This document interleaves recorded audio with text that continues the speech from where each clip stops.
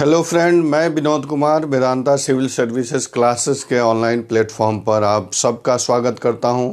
आप सबको पता है कि इस चैनल के माध्यम से मैं मॉडर्न हिस्ट्री का सीरीज चला रहा हूं जो कमीशन के लिए बहुत इम्पोर्टेंट है। आप पीसीएस दे रहे हैं या आईएएस दे रहे हैं, इन सब एग्ज़ामों के लिए काफ़ी इम्पोर्टेंट है।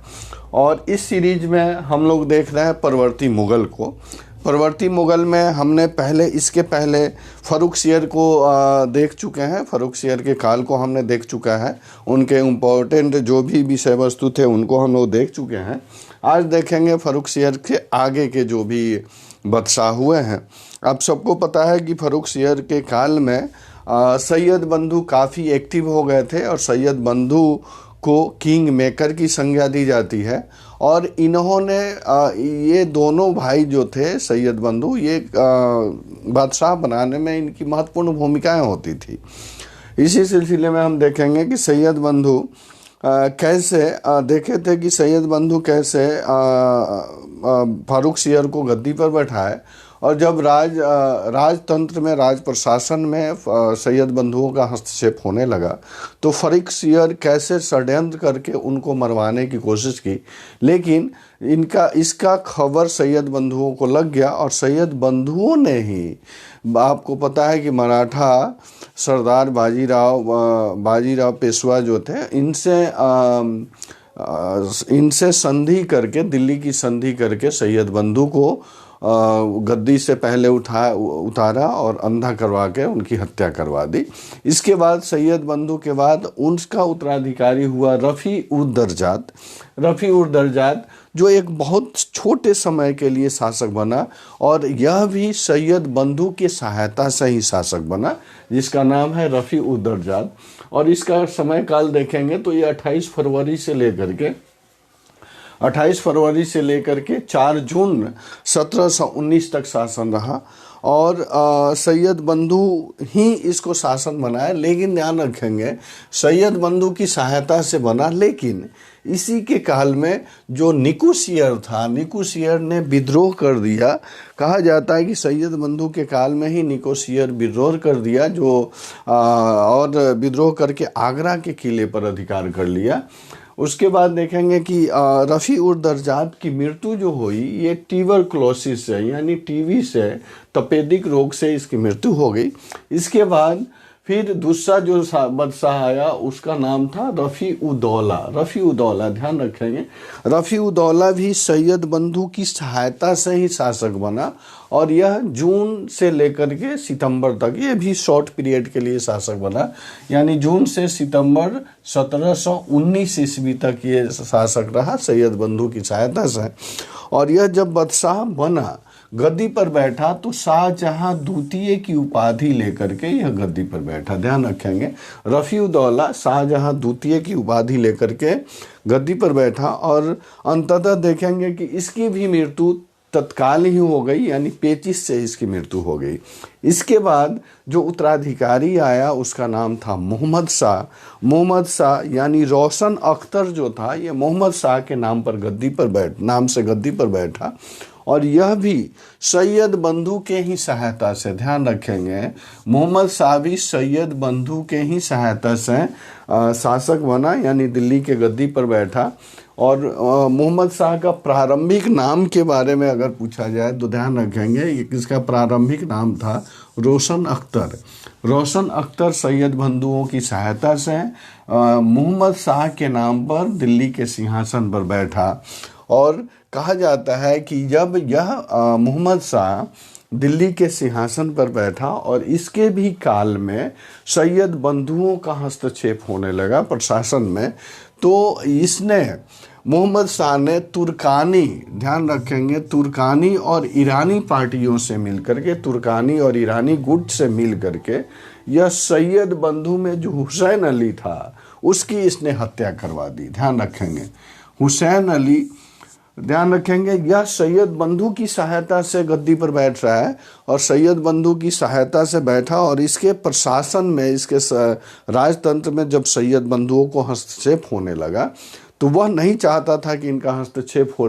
इसी सिलसिले में यह मोहम्मद शाह जो था, तुर्कानी और ईरानी पार्टी, ईरानी दल के नेता से मिल करके, यानी आप देखेंगे तुर्कानी दल का नेता जो था जिसका नाम था निजाम उल मुल्क, इससे मिल करके इसने सैयद बंधु का जो छोटा भाई था हुसैन अली, उसकी हत्या करवा दी और हत्या करवा दी। जब निजामुल मुल्क से मिल करके हत्या करवाई या निजामुल मुल्क इसमें सफल हुआ तो मोहम्मद शाह ने निजामुल मुल्क को वजीर का पद दिया, ध्यान रखेंगे। और निजामुल मुल्क का किसका पद दिया? वजीर का पद दिया। और निजाम उल मुल्क जो था ये तुर्कानी गुट का नेता था, ध्यान रखेंगे। इसके बाद जब वजीर बना निजामुल मुल्क तो कहा जाता है कि निजामुल मुल्क एक योग प्रशासक था और निष्ठावान था, चरित्रवान था और यह अच्छा सजेशन दिया करता था मोहम्मद शाह को उसके राजतंत्र में, राज को बढ़ावा देने में, संरक्षित करने में निजामुल मुल्क हमेशा सहयोग करता था और उसकी सहायता करता था। लेकिन ये बात मोहम्मद शाह को अच्छा नहीं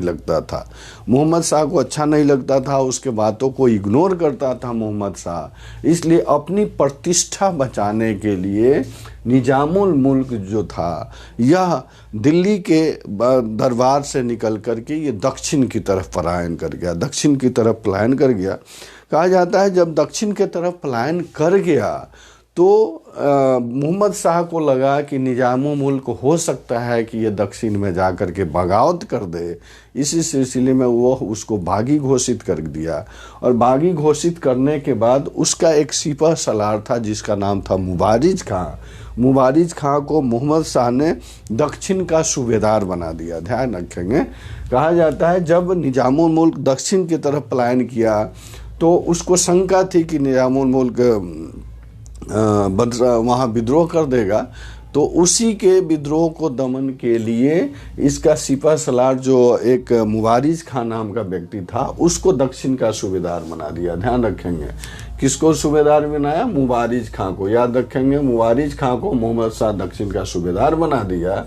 इसी सिलसिले में निजामुल मुल्क ने बाजीराव, मराठा सरदार बाजीराव की सहायता से 11 अक्टूबर, ध्यान रखें, 11 अक्टूबर 1724 ईस्वी को मुबारिज खां को हैदराबाद के निकट एक शकूर खेड़ा जगह है, शकूर खेड़ा, जिसको शकूर खेड़ा युद्ध भी कहते हैं। इस युद्ध में मुबारिज खां को परास्त करके उसकी हत्या की और स्वतंत्र हैदराबाद राज की नींव डाली। ध्यान रखेंगे, थोड़ा स्टोरी से मैं कनेक्ट करने की कोशिश कर रहा हूँ और इसको आप याद रखेंगे स्टोरी के माध्यम से तो हमेशा याद हो जाएगा। मैं रिपीट कर रहा हूँ, ध्यान रखेंगे कि निजामुल मुल्क की सहायता से इसने सैयद बंधु में हुसैन अली की हत्या करवा दी और हुसैन अली की हत्या करवाई। उसके बाद मोहम्मद शाह जो था ये निजामुल मुल्क को वजीर का पद दिया और वजीर बनने के बाद निजामुल मुल्क मोहम्मद शाह को हमेशा उसके राजतंत्र में सहायता करता था, अच्छा सजेशन देता था और वह कर्मनिष्ठ था, वो योग था और राज दरबार के प्रति, अपने राजा के प्रति उसमें सहिष्णुता थी, समर्पण था। यह बात मोहम्मद शाह को अच्छा नहीं लगता था। इसी कारण वह क्षुब्ध होकर के निजामुल मुल्क वहाँ से दरबार से निकल के दक्षिण की तरफ पलायन किया। दक्षिण तरफ पलायन करने के सिलसिले में मोहम्मद शाह को लगा कि हो सकता है ये दक्षिण में जा कर के बगावत कर दे, इसलिए उसे बागी घोषित किया और अपने एक सिपह सलार जिसका नाम मुबारिज खां था, मुबारिज खां को उसके पीछे लगा दिया। ये बात पता चल गई निजामुल मुल्क को। निजामुल मुल्क क्या किया कि फिर बाजीराव, मराठा सरदार बाजीराव की सहायता से 11 अक्टूबर 1724, ध्यान रखेंगे, 11 अक्टूबर 1724 को हैदराबाद में एक शकूर खेड़ा जगह है जहां पर युद्ध हुआ और इस युद्ध में मुबारिज खां की हत्या कर दी गई, उसको बंदी बना लिया गया, उसकी हत्या कर दी गई और उसके पश्चात ध्यान रखेंगे कि यह हैदराबाद की नींव डाला, स्वतंत्र हैदराबाद का नींव डाला कौन? निजामुल मुल्क। ये याद रखेंगे, बहुत इम्पोर्टेंट सकुरखेड़ा का युद्ध है। पूछ लिया जाता है कि सकुरखेड़ा का युद्ध 11 अक्टूबर 1724 ईस्वी को हुआ मुबारिज खां और निजामुल मुल्क के बीच, जिसमें मुबारिज खां की हत्या हुई और फलस्वरूप निजामुल मुल्क जो था ये हैदराबाद, स्वतंत्र हैदराबाद का नींव डाला। इसके बाद कहा जाता है कि जैसे हैदराबाद की नींव पड़ी तो इसी समय कहा जाता है कि इस प्रकार जब निजामुल मुल्क का प्लान हुआ तो औरंगजेब के समय जो भी उसके सिखाए हुए प्रिय अमीर थे और कर्तव्यनिष्ठ अमीर थे और वो जो बादशाह के सहयोगी हुआ करते थे, इन सभी ने धीरे धीरे दिल्ली के राज दरबार से पलायन करना शुरू कर दिया। और यह भी कहा जाता है कि निजाम के पलायन करना ही साम्राज्य से निष्ठा और सद्गुणों का पलायन था। ध्यान रखेंगे, कहा जाता है निजाम, यानी निजाम का अर्थ है निजामुल मुल्क। निजामुल मुल्क का पलायन ही साम्राज्य से निष्ठा और सद्गुणों का पलायन था। यानी जो भी कर्तव्यनिष्ठ अधिकारी हुआ करते थे, जो औरंगजेब के समय से ही कार्य कर रहे थे, इन सभी ने मोहम्मद शाह के शासन तक आते आते सभी ने अपने आप को वहाँ से स्वतंत्र कर लिया। और परवर्ती काल में देखेंगे कि ये आगे जा कर के अलग अलग राज्यों की नींव डाल रहे हैं। इसी सिलसिले में देखेंगे शासकीय गतिविधियां अगर हम देखते हैं तो शासकीय गतिविधि में याद रखेंगे कि सर्वप्रथम 1717 ईस्वी में मुर्शिद कुली खां 1717 ईस्वी में मुर्शिद कुली खां को बंगाल का सूबेदार बनाया गया था। और यह मुर्शिद कुली खां जो 1717 में बंगाल का सूबेदार बना था, यही मुर्शिद कुली खां मोहम्मद शाह के काल में आकर के एक स्वतंत्र बंगाल राज्य की स्थापना कर ली। फिर उसके बाद देखेंगे कि 1722 ईस्वी में शहादत खां, जिसका दूसरा नाम बुरहान उल मुल्क है, वह अवध में स्वतंत्र राज्य की नींव डाली। कब डाली? 1722 ईस्वी में। और 1724 ईस्वी में निजाम उल मुल्क, जिसका दूसरा नाम आशफ खां है और इसी का दूसरा नाम चीन किचलिज खां है, इसने हैदराबाद की नींव डाली।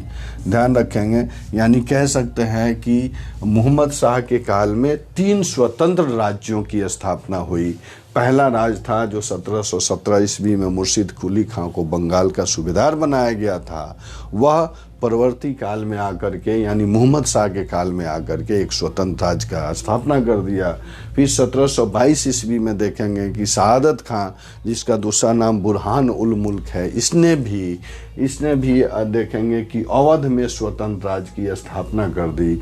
और 1724 ईस्वी में निजाम उल मुल्क, जिसका नाम दूसरा नाम आसफ जहां और चीन किचलिज खां था, इसने भी स्वतंत्र हैदराबाद राज्य की नींव डाली। अर्थात कह सकते हैं कि मोहम्मद शाह के काल में बहुत सारे जो योग्य अधिकारी हुआ करते थे, ये सब राज दरबार से निकल करके अपनी योग्यता के बल पर क्षेत्रीय राज्यों की स्थापना कर दी।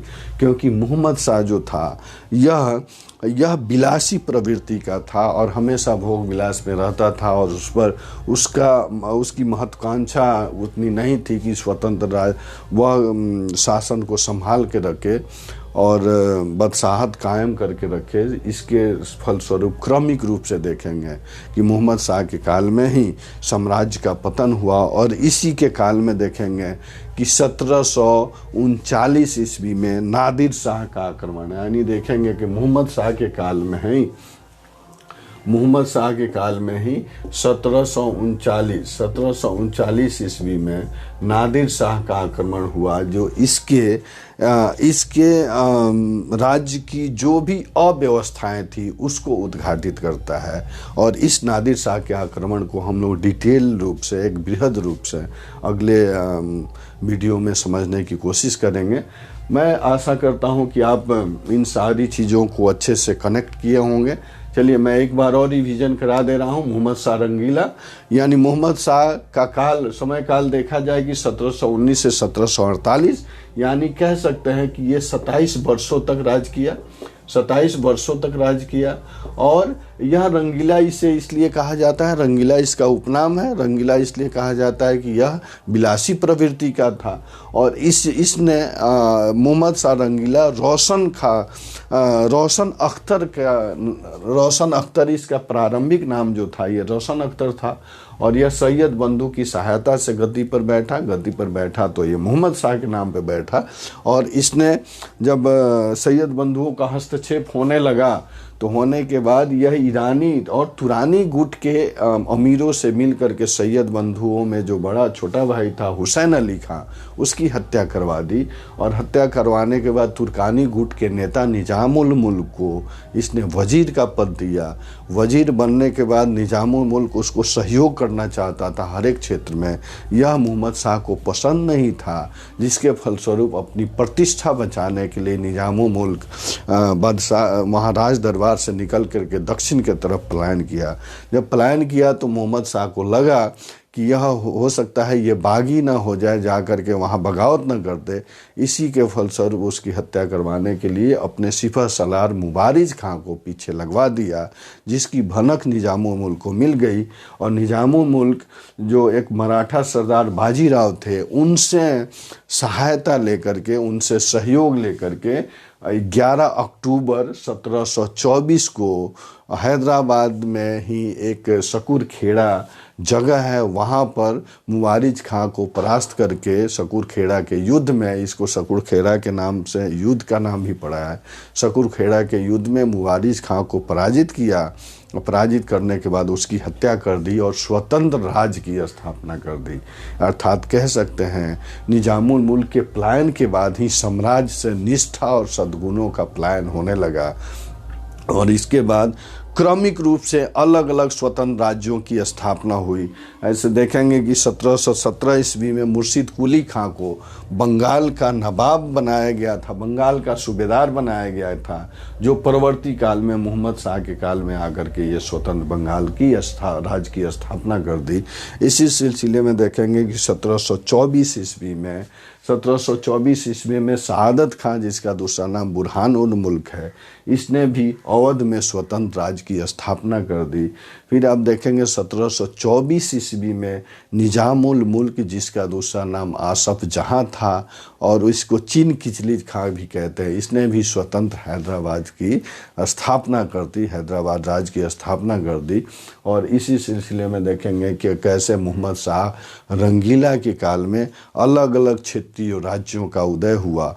और इसी के काल में नादिर शाह का आक्रमण हुआ, जो 1739 का आक्रमण है। और यह बहुत भयानक आक्रमण था। इस आक्रमण में काफ़ी जन धन की क्षति हुई, जिसको हम लोग अगले वीडियो में पढ़ेंगे। मैं आशा करता हूं कि आप इससे कनेक्ट हुए होंगे। अगर आपको ये वीडियो अच्छा लगे तो आप इस वीडियो को लाइक शेयर ज़रूर करें। फिर मैं नेक्स्ट वीडियो में आपके साथ आऊँगा। तब तक के लिए धन्यवाद।